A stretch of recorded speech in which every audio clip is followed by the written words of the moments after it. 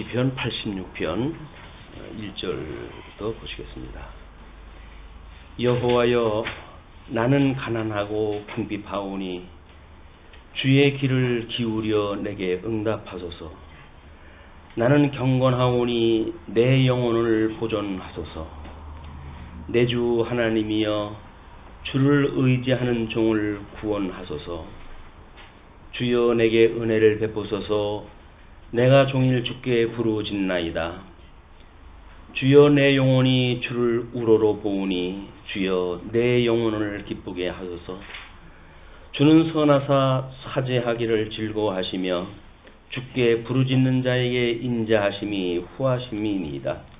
여호와여, 나의 기도에 귀를 기울이시고 내가 간구하는 소리를 들으소서. 나의 환난 날에 내가 주께 부르짖으리니 주께서 내게 응답하시리이다. 7절까지 봤습니다.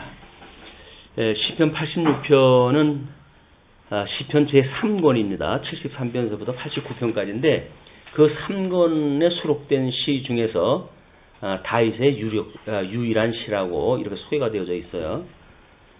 교만하고 포악한 대적들의 공격에 직면한 다윗이 도움을 구원하는 강구로 하시는 한식시라고 이렇게 이야기가 됩니다. 우리가 이제 어떤 저자별로 보통 시편을 이해했을 때 우리는 이제 이걸 창건, 궁극, 유수, 회복이라고 하는 구약성경 역사서의 전체적인 맥락을 따라서 이제 이걸 분별하다 했단 말이에요. 다만 우리 하나님 나라의 이 창건은 창건 이전과 그다음에 이후라고 하는 두 가지를 놓고 그리고 궁극시, 그리고 유수시, 그리고 회복시 이렇게 이제 역사적인 배경을 넣었거든요. 지금 우리는 분국 이후의 그 강구시라고 이렇게 제목이 잡혀져 있습니다. 선민국과 분국 이후. 분국 이후라고 하는 거는 지금 이제 유수까지는 아직 안 되었지만 이 분국되어진 그냥 솔로몬, 르호보암과 여로보암과 이런 그 사람들에 의해서 나라가 나뉘어진 것. 이걸 우리가 이제 신약 성경을 예표하는 모형과 그림자로 보았을 때에 창건을 우리 예수 그리스도의 성육신, 그 다음에 분국을 고난, 그 다음에 유수를 죽으심, 그리고 부활을 이 회복을 부활이라고 하는 이런 그 역사적 맥락, 우리 하나님께서 야곱의 12아들을 언약자손이라고 이렇게 이야기를 했는데 구약에서 언약자손이라고 하는 걸 우리가 단수로 쓴다고 이렇게 이야기를 했어요. 언약자손을. 근데 야곱의 아들의 언약자손이라고 하는 그거는 결국 오실 메시아에 대한 언약자손인 메시아를 예표하는 사건이었다. 구약 성경을 우리가 이렇게 그냥 하나의 이 의미로 해가지고 받아들일 수가 있기 때문에 이제 그 시편의 그 내용도 지금 이 언약자손, 하나님께서 메시아를 언약한 것이 이제 구약 성경인데 이 역사서의 배경을 가지고 하나님께서 어떻게 심락적인 그 시가서의 내용을 가지고 메시아를 언약하시는가.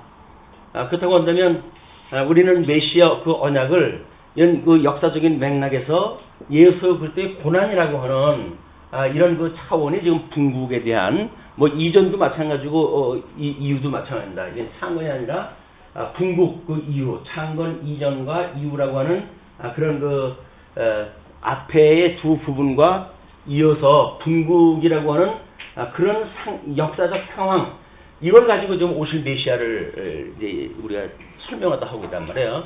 그러면 다윗이 창건 때 있었던 사람인데 다윗의 시인데도 불구하고 왜 시편 그 편집자들은 이제 그 제3권에다가 다윗의 시 중에 하나를 넣는가 라고 하는, 이건 뭐 사실입니다. 역사적인 사실이니까 이렇게 성경에 기록되어져 있는 사실로 미뤄 보건대 어떤 이걸 기록한 저자의 나름대로 저자별로 시편을 편집하지 않았다고 하는 건 너무나 분명한 거야. 물론 이것이 이제 편집자의 입장에서 봤을 때 그것이 다윗의 시가 됐든 누구의 시가 됐든 이 분국 이후라고 하는 역사적 배경 또는 메시아에 대한 고난이라고 하는 입장에서 이 성경을 편집을 했다고 한다면 오늘 우리가 상고하는 그 86편은 바로 예수 그리스도의 고난에 대한 이야기입니다. 그러나 물론 이제 예표적인 인물은 다윗이라고 하는 그 인물을 통해 가지고 다윗의 그 고난을 어떻게 지금 강구하는가 이렇게 해서 우리는 다윗의 시를 공부를 하게 되겠지만은 오실 메시아에 대한 거를 이미 함의하고 공부가 되어지고 뿐만 아니라 예수 그리스도와 우리가 한 몸이 되어져 있는 주님의 몸된 교회 그렇다고 한다면 지어져가는 성전으로서의 이는 성도의 고난과 이것은 같은 그 내용을 품고 있는 거예요. 그래서 뭐 역사적인 내용을 따로 설명을 하고 그리고 실천 신학적으로 우리가 적용을 어떻게 할 것이냐 성경이 기자가 이렇게 하는 걸 보니까 우리도 이렇게 살아야 되겠다라고 하는 그런 개념이 아니란 말이에요. 우리 이제 그 메시아를 예표하는 다윗의 이런 역사적 배경 속에서 다윗의 고난이에요. 다윗의 고난인데 단순한 다윗의 고난이 아니라 믿음으로 성령의 감동으로 오실 메시아를 보고 지금 그 고난시를 썼고 그 고난시는 메시아를 통해서 그대로 고난사를 통해서 성취가 되어졌고 그거는 예수 그리스도가 승천하시고 그리고 성령을 보내주셔가지고 우리 예수 그리스도의 천상 사역을 지금 증거하는 것이 성령의 사역 아닙니까?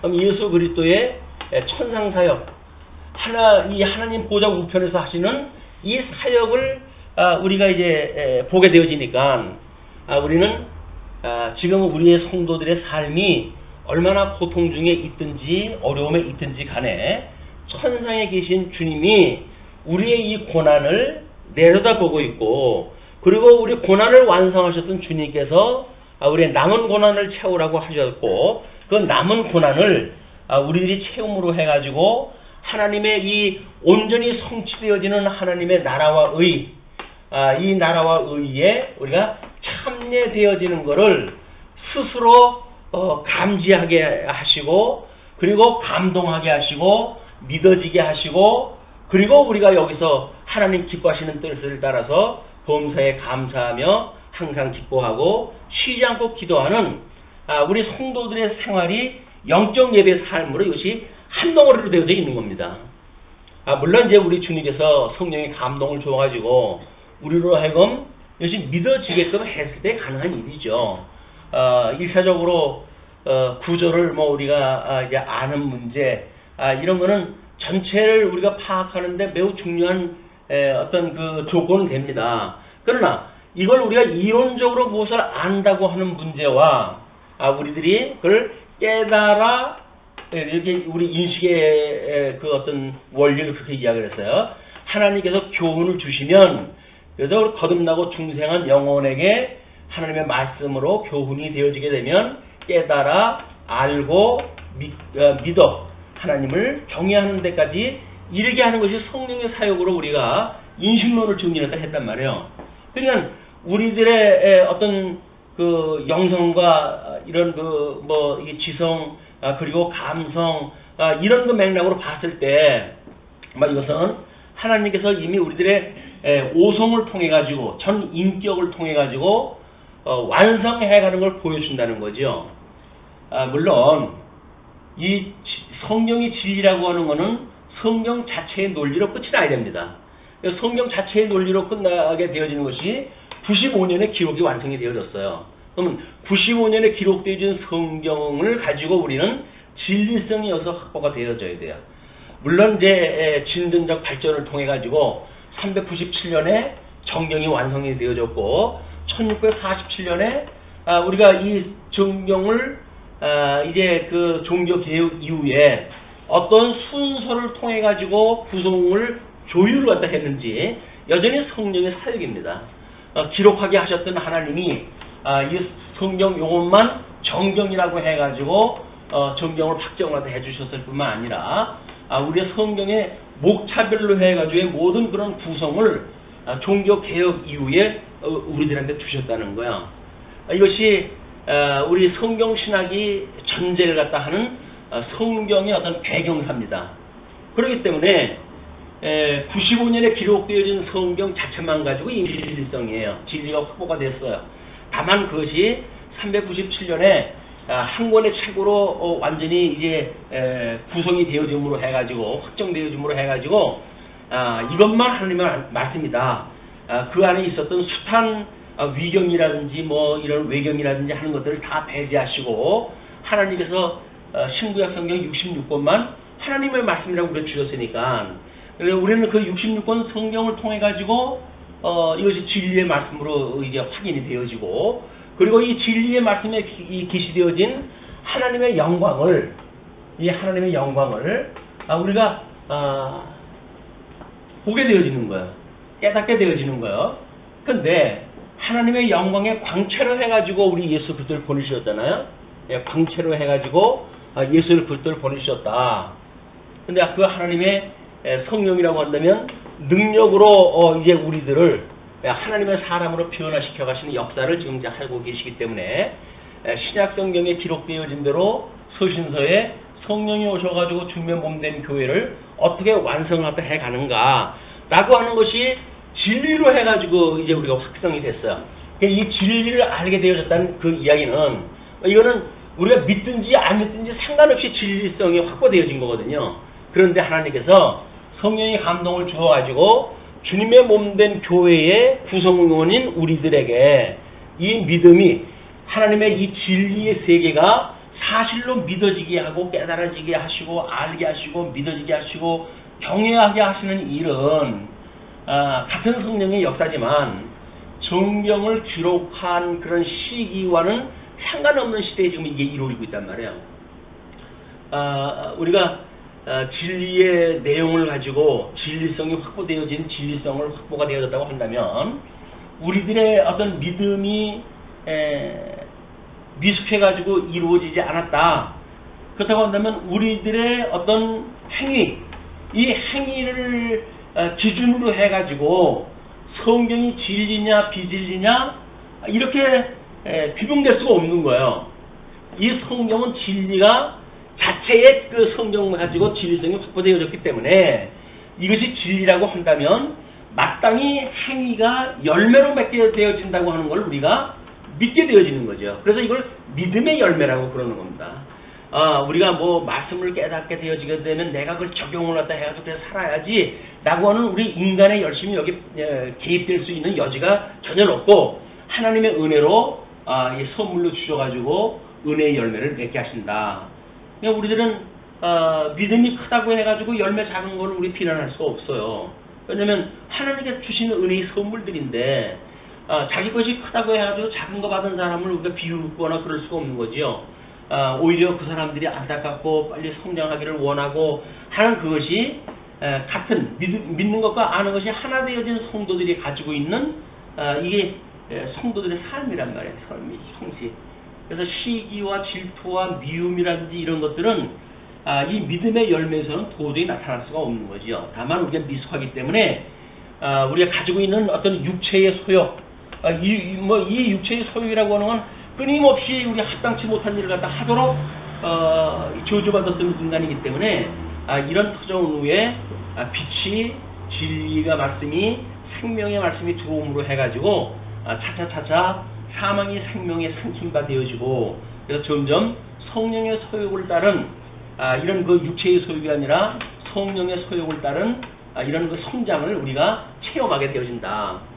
그래서 우리는 성경의 진리를 갖다 하는 건 중요하지요. 그러나 우리의 삶을 끊임없이 반추하고 그리고 들여다보고 성찰하고 그러므로 해가지고 지금 내가 성령의 열매를 맺고 있는가 이걸 확인하는 일이 사실은 실천신학이란 말이에요.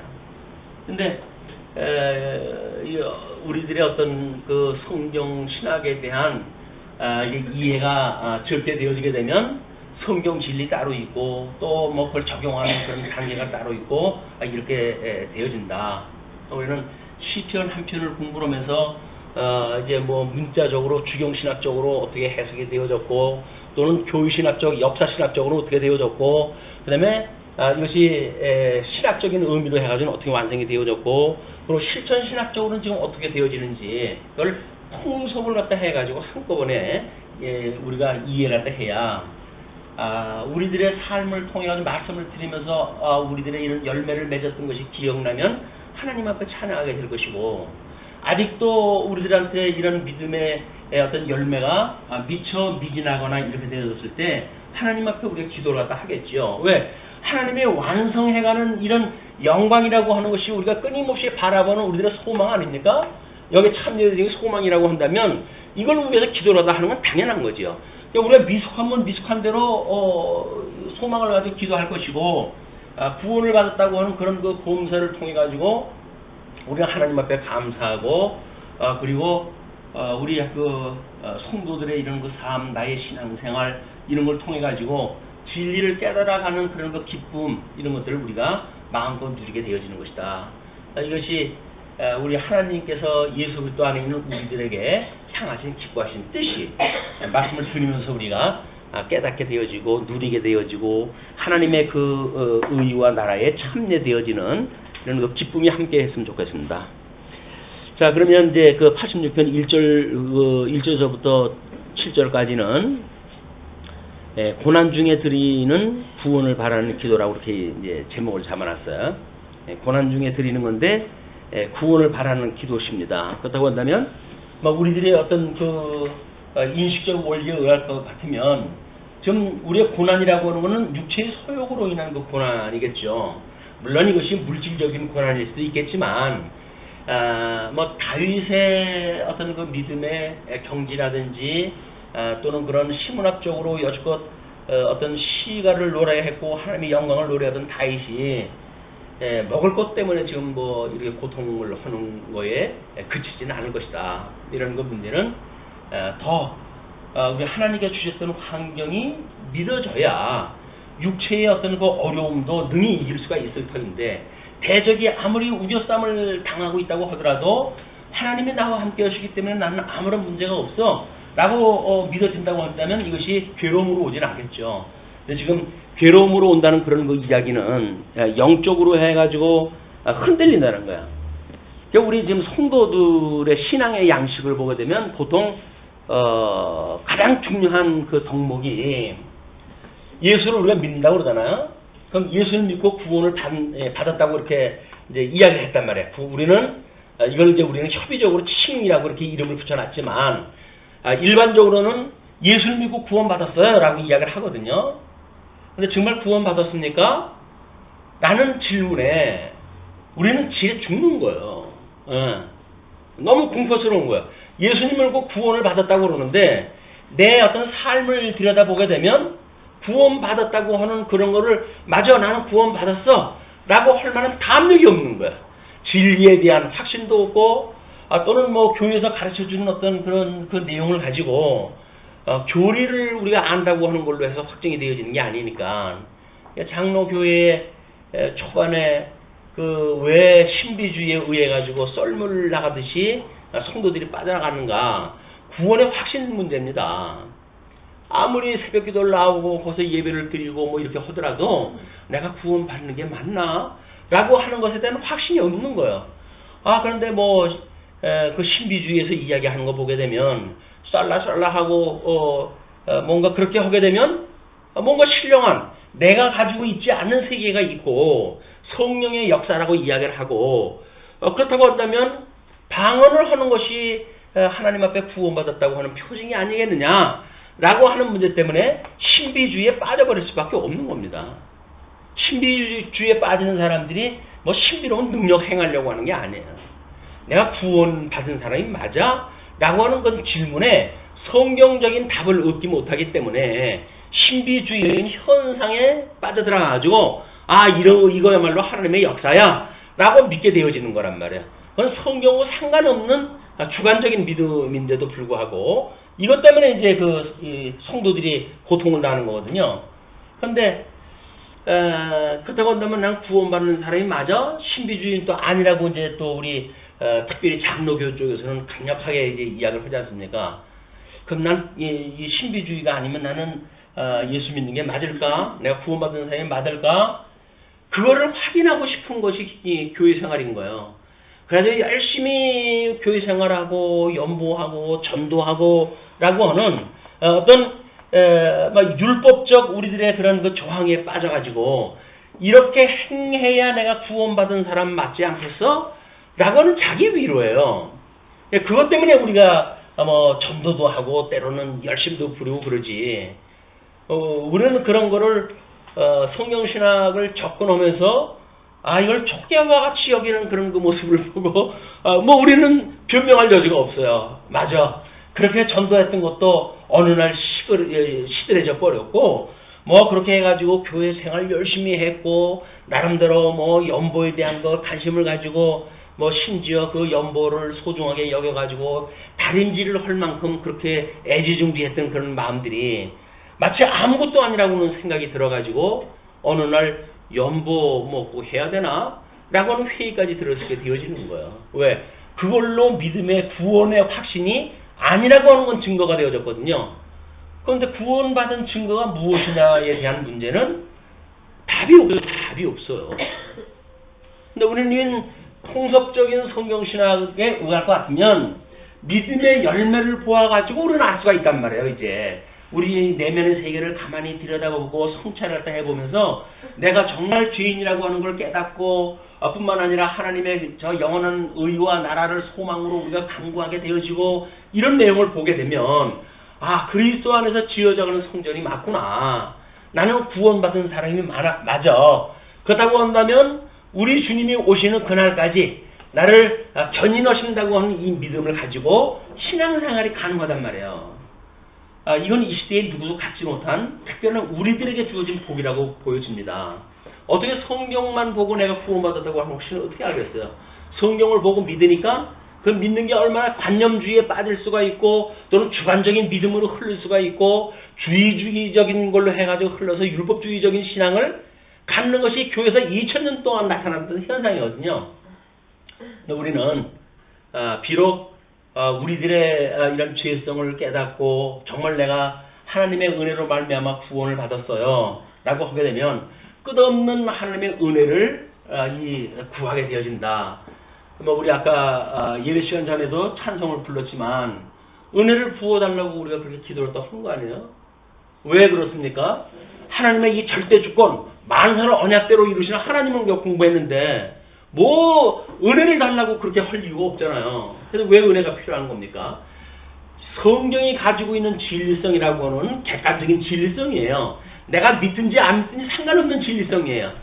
그런데 우리가 이 주관적인 믿음이 어떻게 화합하는가에 대한 문제는 절대 객관적인 진리와 주관적인 진리가 뭔가 하나로 연결이 되게 되잖아요. 이게 하나로 연결이 되게 되는데 우리는 성경의 진리성을 이야기를 하고 그런데도 우리의 믿음을 마치 여기에 언약대로 이루기 때문에 성경적인 인물이 나라고 착각을 하는 거예요.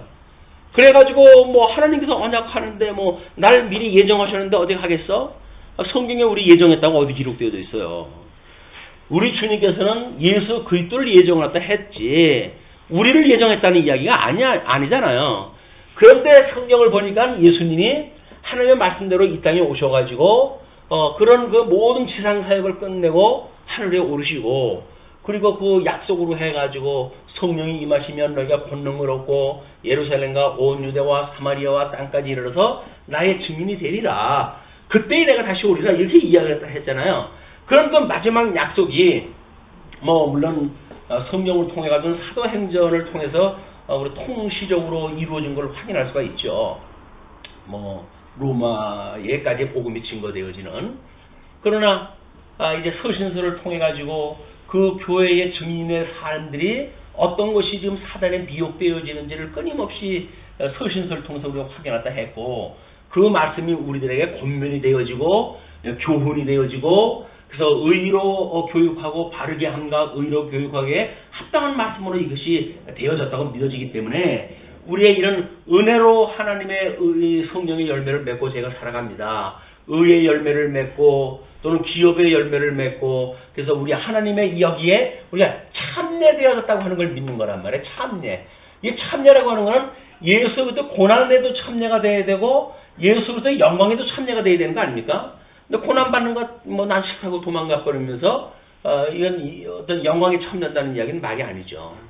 우리 예수 그리스도의 고난에 참여되어지는 것이 곧 하나님의 의와 나라에 참여되어지는 것이다. 우리 이런 그 신앙생활의 실질적인 삶. 그래서 아마 100세 시대에 보통 100세 시대라고 하지만 70살 넘었게 되면 전부 약으로 연명하는 거 아닌가요? 다.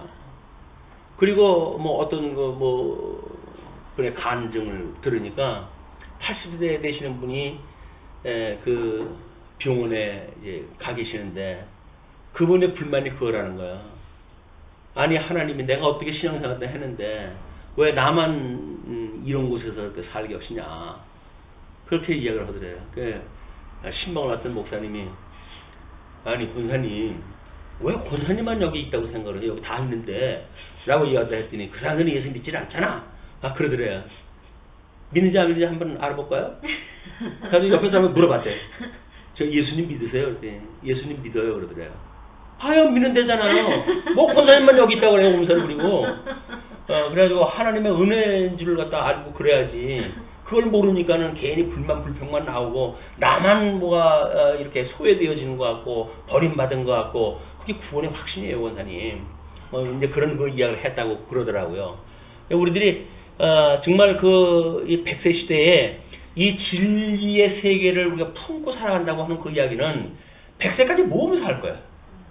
이거 공부해가지고 이 은혜를 갖다가 그냥 마음껏 노래하고 감사하고 기뻐하고 이러면서 살게 되어지게 되면 100세 아니라 120세까지 살면 어때요? 근데 이것도 없이 연명을 해가지고 뭐 산소 마스크 써가지고 100세 살면 모르겠냐고요. 글쎄 나 이건 답답한 이게 인간들이 해가는 계략에 우리가 빠져버리는 그런 일들이다. 물론 뭐 우리가 그 예수님 출생했을 때 막 이제 주께서 나를 놓아주시나이다라고 찬양했던 그런 걸로 보았을 때 육신에 갇혀 있다고 하는 것이 이것이 감옥이지. 그게 뭐 자유로운 삶이겠어요. 육체로부터 우리가 자유롭고 있는 것이 육체의 장막을 벗는 일인데 두려울 일은 아니겠지만 어차피 세상이 문물이 발달해가지고 100세 시대로 해가지고 믿든지 안 믿든지 살아갈 거 아니겠어요. 뭐 살아가면서 믿는 사람이나 안 믿는 사람이나 나는 노인의 어떤 그런 복지 정책이라든지 그런 걸 보면 기가 막혀요. 그분들 뭘 가지고 소유를 할 거야. 그러니까 그 나이 먹은 노인들을 노래 찬송가도 아니고 유행가를 불러 가르치고 그걸 배우게 하고 거기서 또 나이 먹으신 분들이 거기에다가 뭐 무슨 춤인가 백공춤 그걸 갖다 그걸 그 젊은 애들이나 입었을 때 예쁜 옷이지. 노인애들 늘어진 체구에 그 옷을 어떻게 입습니까? 그래서 난 답답하게 그걸 입고 흔들어대는 거예요. 그리고 인생의 나머지 그 제2의 인생을 연다고 그러니 참 이거 답답한 일 아닙니까? 우리 참 이 100세 시대에 노인학에 대한 진수가 무엇인지 이거를 개인대로 주의 몸된 교회면 교회 몸된 교회대로 해서 하나님의 이 은혜를 기르고 사는 것이 본질적으로 우리의 행복이고 기쁨이다 라고 하는 걸 깨닫게 되어진다고 한다면 혼자 있으면 어때요? 혼자 있으면. 근데 이게 혼자 있으면 외로운 거예요. 그리고 확신이 없으니까 누군가가 이제 동무가 필요한 거예요. 동무가. 그러니까 동무야 나오라 나하고 놀자. 그거는 초등학교 때 그 동요지. 아니 100살이나 산 사람이 아직도 누구 보고 나와라 나하고 놀자 그러면 누가 나와요 지금. 내 코가 쏟던데. 그는 예수님 보고 놀아야 합니다. 예수님 안에 있다고 하는 그런 확신, 그런 걸로 해가지고의 감동, 이것이 우리들한테 즐거움으로 이런 어떤 봉사도 하고 신앙생활이 가능하지, 의무적으로 한다고 보십시오. 이게 무슨 정말 죽지 못할 일이지, 이게. 그렇지 않다. 하나님의 은혜로 주시는 일은 기쁨과 즐거움을 위해 할 수가 있는 일이고, 허구도 우리는 참여되어진 것 때문에 감사하다 그러잖아요. 아니, 내 돈 내면서 내가 왜 감사를 했다요?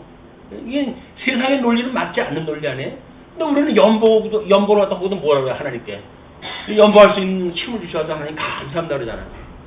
이게 참 하나님의 은혜가 아니면 어떻게 역설적인 그런 우리들의 이 정답을 고백을 할 수가 있겠느냐. 이게 본질적인 우리 하나님의 영광에 참여하는 이런 것들을 우리 시편 기자들은 지금 궁극이라고 하는 이 고난의 배경을 가지고 이야기를 하니까 여기서 그가 과연 뭘 소망을 하고 지금 이걸 강구를 갖다 하는가. 이 궁극적인 그 원형, 이분이 바라보고 있는 그걸 가지고 그러한 분이신데도 불구하고 제가 고난 가운데 있습니다. 저의 고난을 알아주십시오. 그 이야기 아니겠어요. 그 이야기는 고난에 대한 문제를 통해 가지고 우리 예수 그리스도께서 궁극적으로 승리하실 그 승리를 지금 받아보고 있다. 예, 그러니까 이제 그 이야기가 그래요. 나는 가난하고 궁핍하오니 주의 귀를 기울여 내게 응답하소서. 여기서 가난하고 궁핍하다고 하는 그 이야기가 여기서 하나님이 지금 시험에 우리를 있게 하실 때에도 시험에 빠지지 않게 우리가 기도를 하는 일 아니겠어요? 근데 지금 시험에 빠진다는 이야기는 뭐예요? 하나님의 말씀으로 뭔가 해석이 안 되고 있단 말이에요. 이게 해석이 되어져 있으면 우리가 여기서 고통을 느낄 이유가 없죠. 아, 이게 하나님의 뜻이 그런 그 일이고 그 일에 내가 참여하는 일이군요. 그러니 하나님 감사한다고 감사까지 이루게 되어지지만 그것이 아니라 이거 대적에 에워싸고 이렇게 했을 때 고통으로 다가온다고 했을 때 우리는 지금 이 말씀으로 인해 가지고 현재 당하고 있는 해석이 성령의 감동을 받아 가지고 신약 성경을 통해서 끊임없이 저 하나님 보좌 우편에 계신 주님께서 성령을 보내주셔가지고 내가 너희하고 함께하는 거야. 땅 끝까지 너희들이 증거하게 될 때 내가 너하고 함께하는 걸 갖다 믿어. 이렇게 해가지고 우리한테 무너지지 않는 교회를 세우신다고 하는 걸 끊임없이 확인시켜주고 있는 거 아닙니까? 그걸 통해서 우리가 주님이 저하고 함께 하시니까 이것이 내 잔이 넘쳐요 주님. 이런 그 고통은 잠시 육체가 갖는 고통이지만 주님께서 주시는 그 믿음으로 능히 시험에 빠지지 않게 해주세요. 그리고 이 악의 세계로부터 나를 구원해 주세요. 라고 하는 아주 기본적인 그런 기도에 같지만 주기도의 그런 그 내용들이 다 여기에 함유되어 있는 거다. 그래서 이제 오늘 아침에 준비하면서 그런 생각이 들더라고요.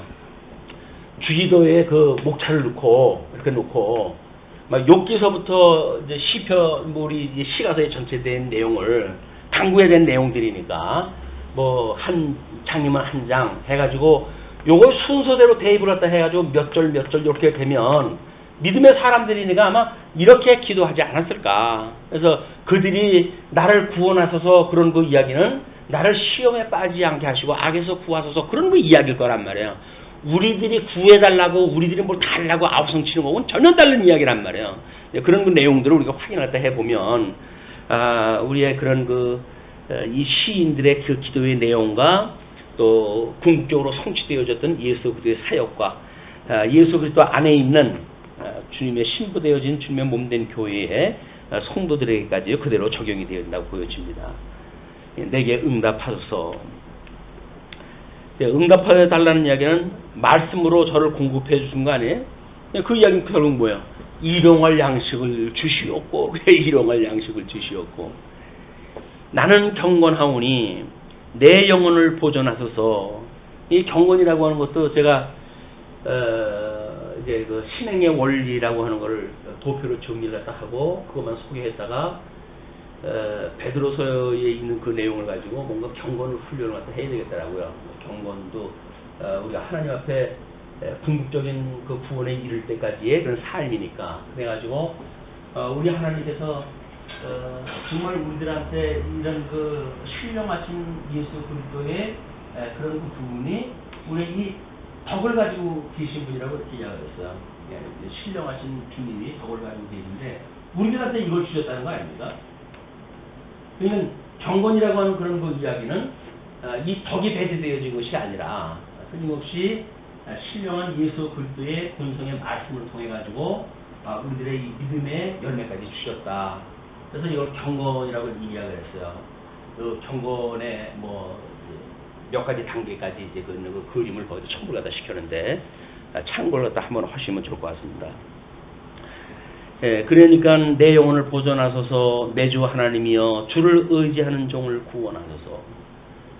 끊임없이 주를 구원하니까 나한테 시험에 들지 않도록 시험거리를 제거시키거나 아니면 시험에 빠지지 않거나 이런 그 일들을 해 주십시오. 주여 내게 은혜를 베푸소서 내가 종일 주께 부르짖나이다. 그러니까 지금 그 종일 죽게 부르짖는다고 하는 그 이야기는 지금 뭐 순간적으로 이게 해결되는 문제가 아니잖아요. 그 덕성 문제라든지 우리가 어떤 육체의 문제가 순간적으로 해석되는 게 아닙니다. 우리가 뭐 여기에서 어떤 육체의 소욕의 문제라든지 단순한 뭐 이런 거 문제라고 할지라도 이것이 기도해가지고 하나님께서 이거를 즉시적으로 이걸 해결해 주시거나 그렇지는 않단 말이에요. 왜? 환경에 의해 가지고 이것들이 나타나는 현상이니까 그 환경이라고 하는 것이 뭐 어떤 거는 뭐 하루짜리도 있겠고 일주일짜리도 있겠고 한 달짜리도 있고 그럴 거 아니겠어요? 그 가운데 과연 말씀을 끊임없이 공급받아 가지고 이 육체의 소욕으로부터 성령의 소욕으로 우리가 승리하는 그런 그 시간까지 시간이 오래 걸리기 때문에 이것이 아주 강력하면 강력할수록 하나님 앞에 부르짖는 일들의 강도가 높겠죠. 우리가 진정성이라고 이렇게 이제 이야기를 할 수가 있습니다. 진정성.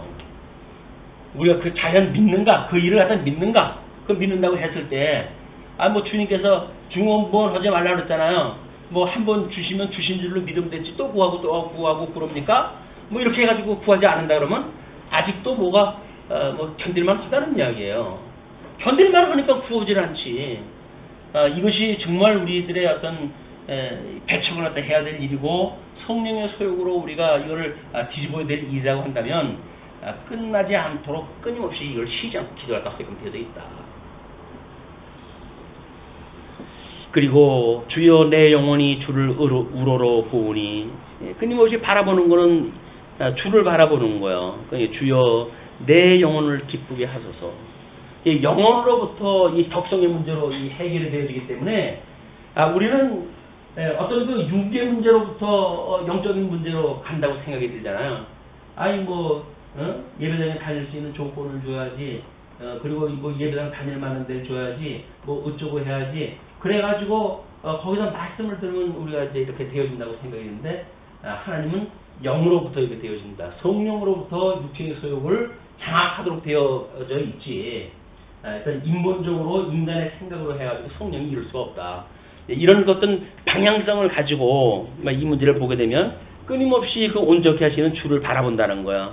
너희들은 온전케 하시는 이 예수를 바라보라. 이렇게 이제 그 히브리서 기자가 이야기하는 것도 온전케 하시는 이예요. 왜?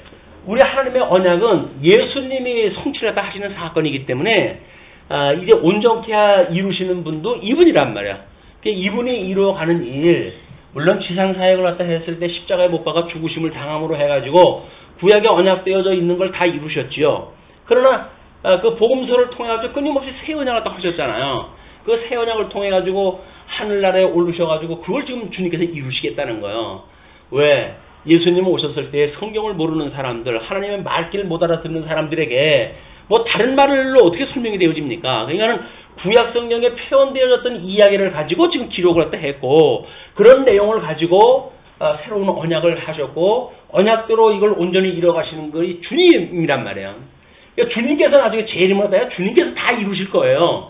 여기서 무슨 뭐 보혜사 뭐 어떤 그 인간이 하나님의 영을 입어가지고 뭐 이긴 자가 되어졌다는 둥 무슨 뭐가 되어졌다는 둥 이런 그 쓸데없는 이야기를 하는 자들은 예수 그리스도가 온전히 이루신다는 걸 안 믿는다는 이야기예요.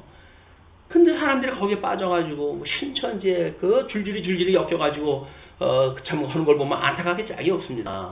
그럼 어떻게 하겠어요? 교회에서는 성경 안 가르쳐주고 뭐 성경 가르쳐주고 맨날 이래라 저래라고 해가지고 휘둘러가지고 주인 노릇이나 하고 주님의 몸된 교회가 아마 정말 우리가 온전케 하시는 분이 이분이다.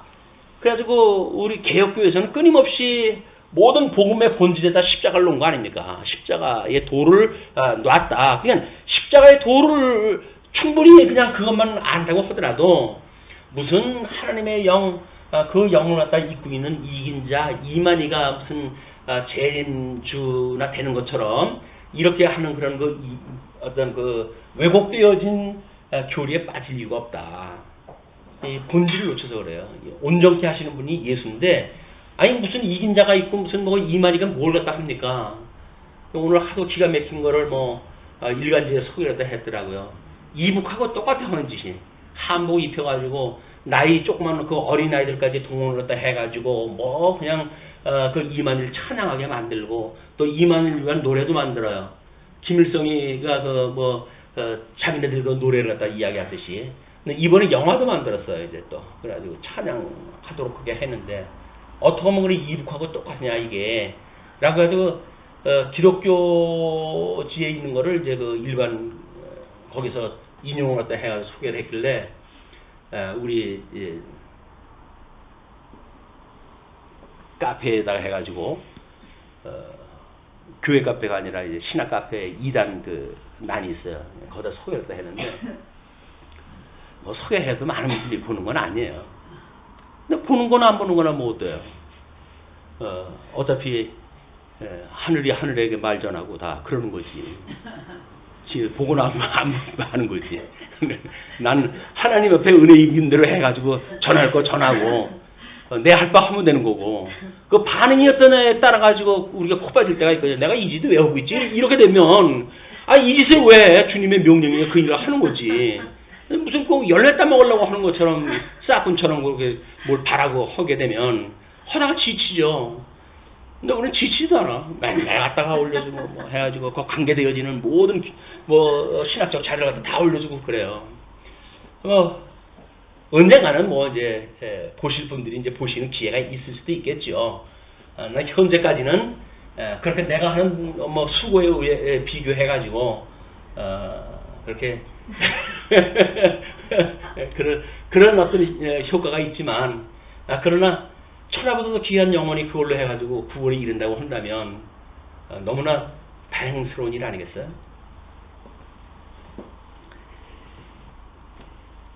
내 영혼을 기쁘게 하소서. 내 영혼을 기쁘게 하소서. 영혼만 기쁘게 되어지게 되면 모든 문제는 이제 뭐 해결이 되어지거나 아니면 해석이 되어지거나 그래서 하나님 앞에 우리가 감사하고 기뻐할 수가 있다. 주는 선하사 사죄하기를 즐거워하시며 주는 선하사 사죄하기를 즐거워하시며 주께 부르짖는 자에게 인자하심이 후하심이니이다. 이 신지식에 대한 것이 아주 정확하잖아요. 이 정확한 그 신지식이기 때문에 우리 역에서나 86편에서 나와져 있는 다윗의 시는 예수 그를 통해서 성취될 수밖에 없어요. 이거는 그게 다 성취되어진 사건이니까 성경 완전히 성취되어지는 성경을 놓고 보니까 성취되어졌다고 우리가 이야기를 할 수가 있고 그렇다고 한다면 다윗의 기도가 예수 그들을 통해서 성취가 되어졌고 그것이 주님의 몸된 교회를 통해 가지고 여전히 온전케 하신 주님께서 우리를 이루어 가신다고 하는 것이 믿어지게 되어지고 더욱 가까이 우리가 갈 수가 있게 되어진다. 여호와여 나의 기도에 귀를 기울이시고 내가 간구하는 소리를 들으소서. 오래간만에 이제 총회 또 이제 기도회에 갔잖아. 이제. 적응이 안 되는 건 뭐 옛날이나 지금이나 똑같아요. 저도 뭐 한때는 내놓으라 해가지고 소리 질러가면서 뭐 이제 그 기도하는데 일가견이 있는 사람인데 그걸 아는 지 근 뭐 20년이 넘었잖아요. 이제 적응이 안 돼.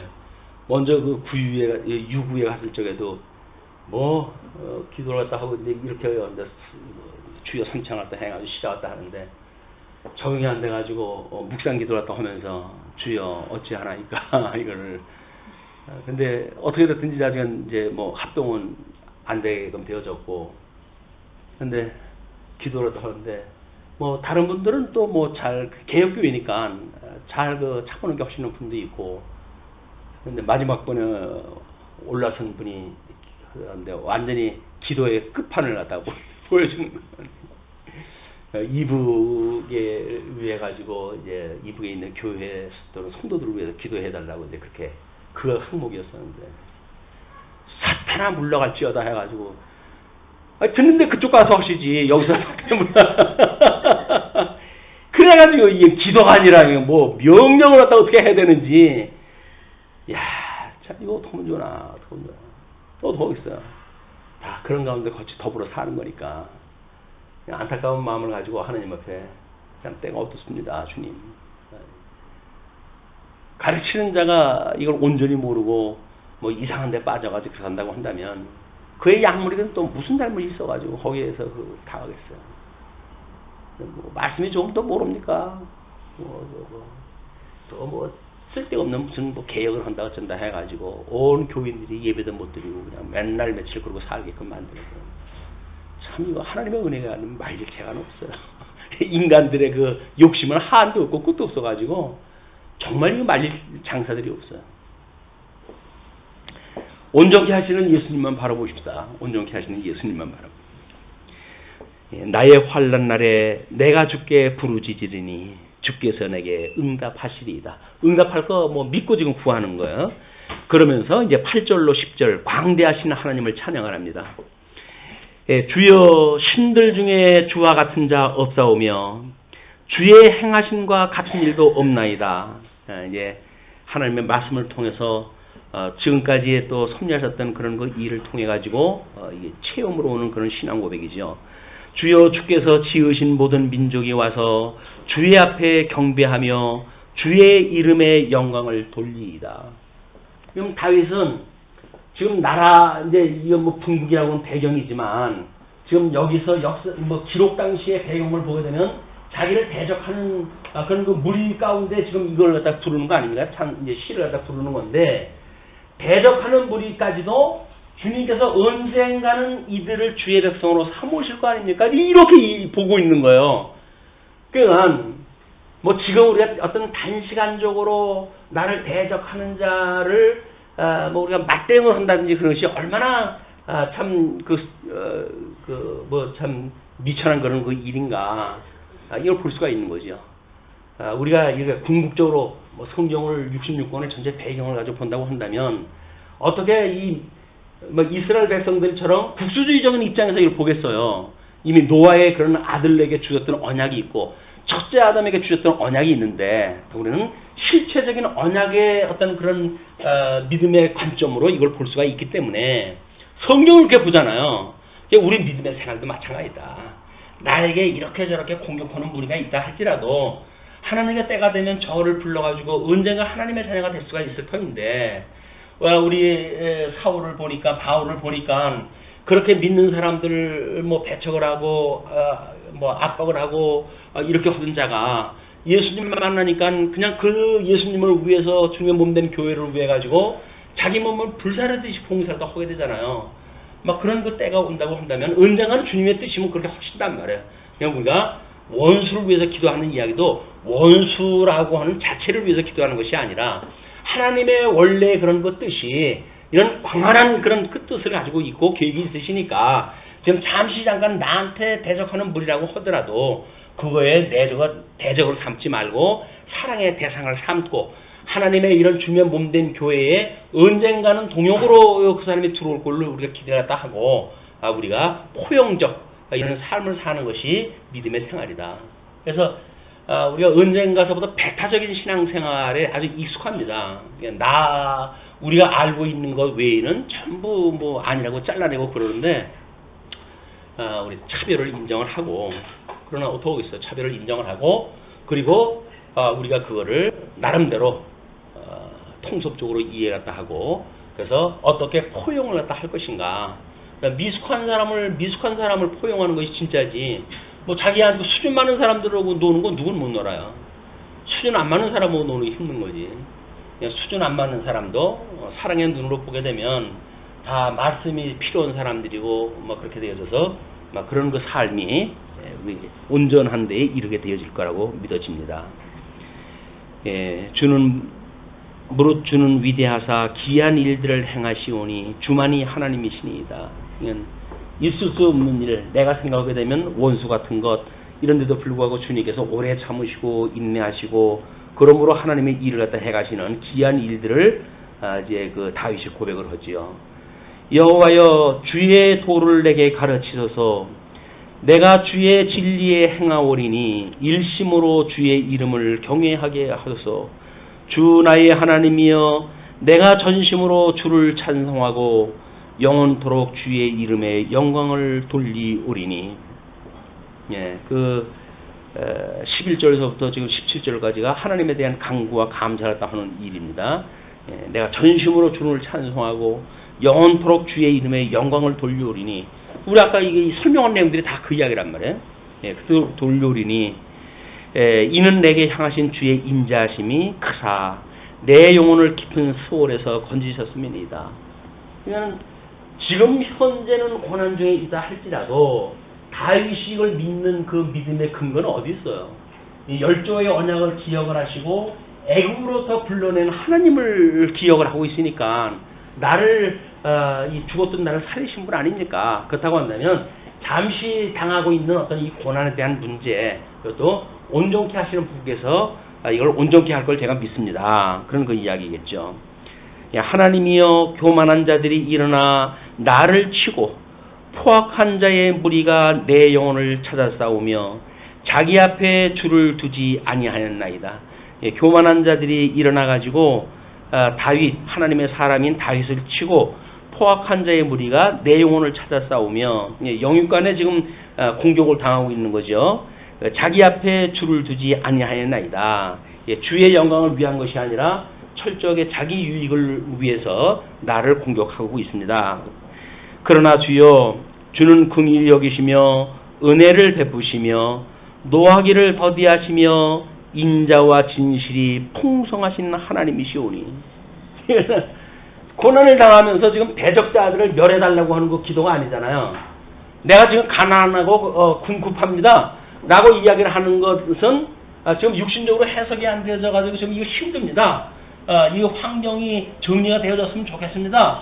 이것이 아닌 것이 분명한 것이 뭐냐면 우리 나를 대적하는 그런 그 자들에 대한 하나님의 섭리가 오래 참으시고 인애로우신 분이고 이런 그 분이시니 그런 그 이야기 아니겠어요? 은총의 표적을 내게 보이소서. 그러면 나를 믿는 그들이 보고 부끄러워하오리니 여호와여 주는 나를 돕고 위로하신지이다. 주님과 함께 있다고 하는 것이 믿어져서 저 사람은 저런 지경에도 어떻게 저렇게 담대하게 자기를 건사할 수가 있지 라고 하는 걸 보여주는 믿음, 그 믿음이 우리 증거하는 증인들의 삶이란 말이에요. 하나님이 나와 함께 하신다고 보여주는 걸 뭘로 보여줄 거예요? 대적자들이 공격을 했을 때 그걸 맞대거리 해가지고 뭐 시비에 얽히고 오르니 그르니 네가 오르니 내가 오르니 이걸로 그치질 않는단 말이에요. 끊임없이 하나님이 함께 하시는 것이 믿어져서 어떻게 저 사람은 저런 지경에도 저렇게 반응이 나올 수 있지? 라고 보는 거야말로 하나님의 영광을 보여주는 일입니다. 그러니 저로 하여금 그렇게 위로를 갖다 해 주십시오. 하나님이 나를 위로하시는 분인 줄로 압니다. 라고 해서 대미를 마감을 합니다. 그러면서 이제 87편까지가 오늘 마지막 한쪽 가로 1번에 대한 이야기예요.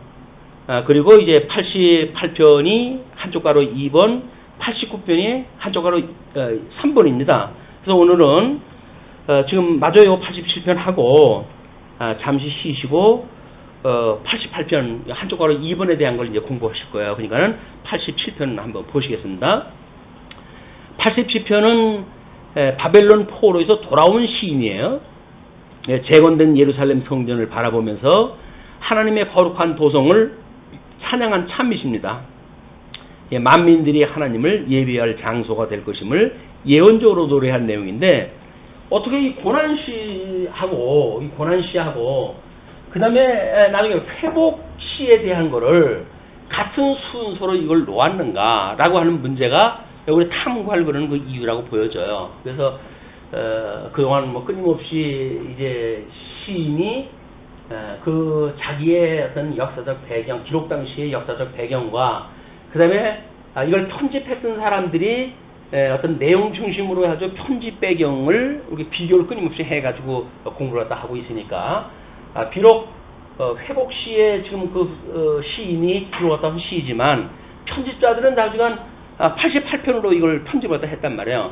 88편으로 했을 적에는 나름대로 여기서 온전케 하시는 거를 바라보고 했던 것처럼 또는 여기서는 이루어진 건데도 불구하고 여기에서 이미 내가 그렇게 고난에 있었을 때 이걸 강구했었는데 이것도 해석할 수 있는 거 아니겠어요? 그렇기 때문에 시간을 뛰어넘는 그런 관점에서 우리가 이해할 수가 있다.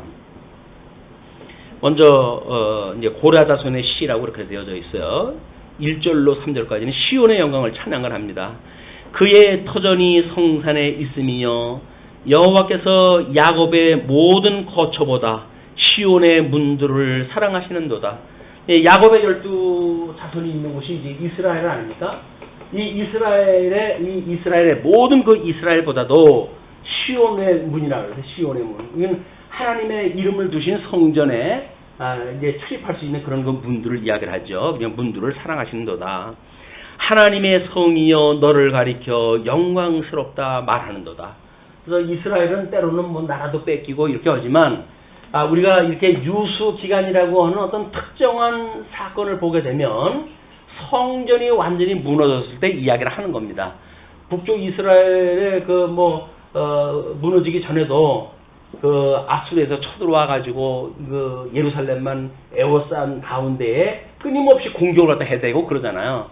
모든 도성이 다 무너지고 예루살렘 성만 있을 때에도 이걸 멸망당했다고 보지 않는 거야. 우리들의 삶도 마찬가지입니다. 우리의 삶도 우리가 시대적으로 또는 어떤 사건별로 해가지고 좌절할 수 있고 낭만할 수 있고 또는 어떨 땐 신앙도 포기할 만큼 우리가 좌절할 때가 있겠죠. 그러나 우리들의 이 어떤 거듭나고 중생한 영혼이 온전하신 그 예수님을 바라보는 궁극적인 걸 가지고 있는 여기가 우리 심장이다. 그래서 이것이 믿어지게 되면 그 말씀을 깨닫게 되어질 수가 있는 길이 있기 때문에 회복이 가능한 일이란 말이에요. 그래서 끊임없이 말씀을 놓치는 일은 있으면 안 되겠다. 나는 라합과 바벨론이 나를 아는 자 중에 있다 말하리라. 보라 블레셋과 두로와 구스여 이것들도 거기서 났다 하리로다. 아까도 이야기를 했지만 그 이단자들에 대한 다윗을 공격하는 모든 무리들에 대한 것도 이야기했다 했듯이 여기서도 마찬가지죠. 그 라합이라고 하는 그 이야기는 어떻게 보게 되면 애굽이라고 하는 그런 그 뜻입니다. 애굽. 그래서 애굽으로부터 궁극적인 구원을 받은 이런 그 사람이니까 라합과 또 바벨론. 바벨론이라고 한다면 이제 유다를 공격했는 곳 아니겠어요? 바벨론. 그것이 나를 아는 자 중에 있다 말하리라. 아는 자 중에 있다. 하나님에 있다라고 하는 걸 이 사람들이 믿게끔 지금 되어져 있는 거예요. 애굽으로부터. 우리 신학적으로 한다면 칭의로부터. 그 다음에 이제 성화의 과정을 겪고 그리고 영화에 이르기까지 이거를 회복기니까 회복기에 이르는 그런 거를 다 보고 나를 아는 자와 함께 있다. 이렇게 그들이 본다는 거예요. 예? 이것들도 거기서 났다 하리로다. 시온에 대하여 말하기를 이 사람 저 사람이 거기서 났다고 말하리니 지존자가 친히 시온을 세우리라 하는도다. 이 하나님의 도성은 하나님이 세우신다. 하나님의 나라는 하나님께서 세우신다. 그런 그 이야기예요. 여호와께서 민족들을 등록하실 때에는 그 수를 세시며 이 사람이 거기서 났다 하시리로다. 예. 그 계수를 갖다 할 때 사람의 수를 다 세세요. 그래서 우리 이제 나중에 이방인의 이제 이스라엘의 궁극적으로 다시 회복이 되어질 때 이제 국가적인 회개가 있기 전에 그때가 이방인의 수, 충만한 수가 찰 때까지라 그러잖아요. 그 수가 하나님께 다 정해놓은 그 수입니다. 여호와께서 민족들을 등록하실 때에는 그 수를 세시며 이 사람이 거기서 났다 하시리로다. 노래하는 자와 뛰어노는 자들이 말하기를 나의 모든 근원이 내게 있다 말하리로다. 그래서 여기서 뛰어노는 사람들은 시온에 하나님의 이름을 두신 곳에 보고 이제 그 근원이 거기로부터 말미암는다. 그래서 에스겔서에 보게 되면 그 성전으로부터 이제 물이 흘러나와가지고 온 이스라엘 지경을 적셔주는 성령으로 충만케 하는 그런 그 모습을 보여주는 이야기도 합니다. 그 86편 16절에 내게로 돌이키사 내게 은혜를 베푸소서 주의 종에게 힘을 주시고 주의 여종의 아들을 구원하소서라고 이야기를 했잖아요. 그 주의 여종의 아들이라고 하는 것이 우리 아마 그 출애굽기 21장 23장을 보게 되면 그 상전의 종이 되어진 사람이 이제 독립하기를 원치 아니하고 상전이 주어진 여자와 결혼을 갖다 하고 그리고 아들을 낳는다고 하면 그 아들은 종으로서 그 여종이 낳은 아들이 종으로서 여전히 상전을 섬기는 걸로 돼 있잖아요. 그러니까 지금 여종의 종이요라고 하는 이야기는 나를 낳으신 그런 그 종이 여전히 나는 종의 종입니다. 하나님의 종의 종으로서 하나님의 그 여종인 종의 여종으로부터 내가 출생한 그런 종입니다. 라는 이야기를 하는 거니까 시인의 그 입장에서 봤을 적에는 아주 겸양한 그런 그 모습으로 해가지고 그걸 노래를 갖다 한 거예요. 보잘것없는 나인데도 불구하고 하나님의 궁극적인 선을 하나님의 이름을 위해서 이루어 가십니다. 라고 하는 내용을 찬양하는 겁니다.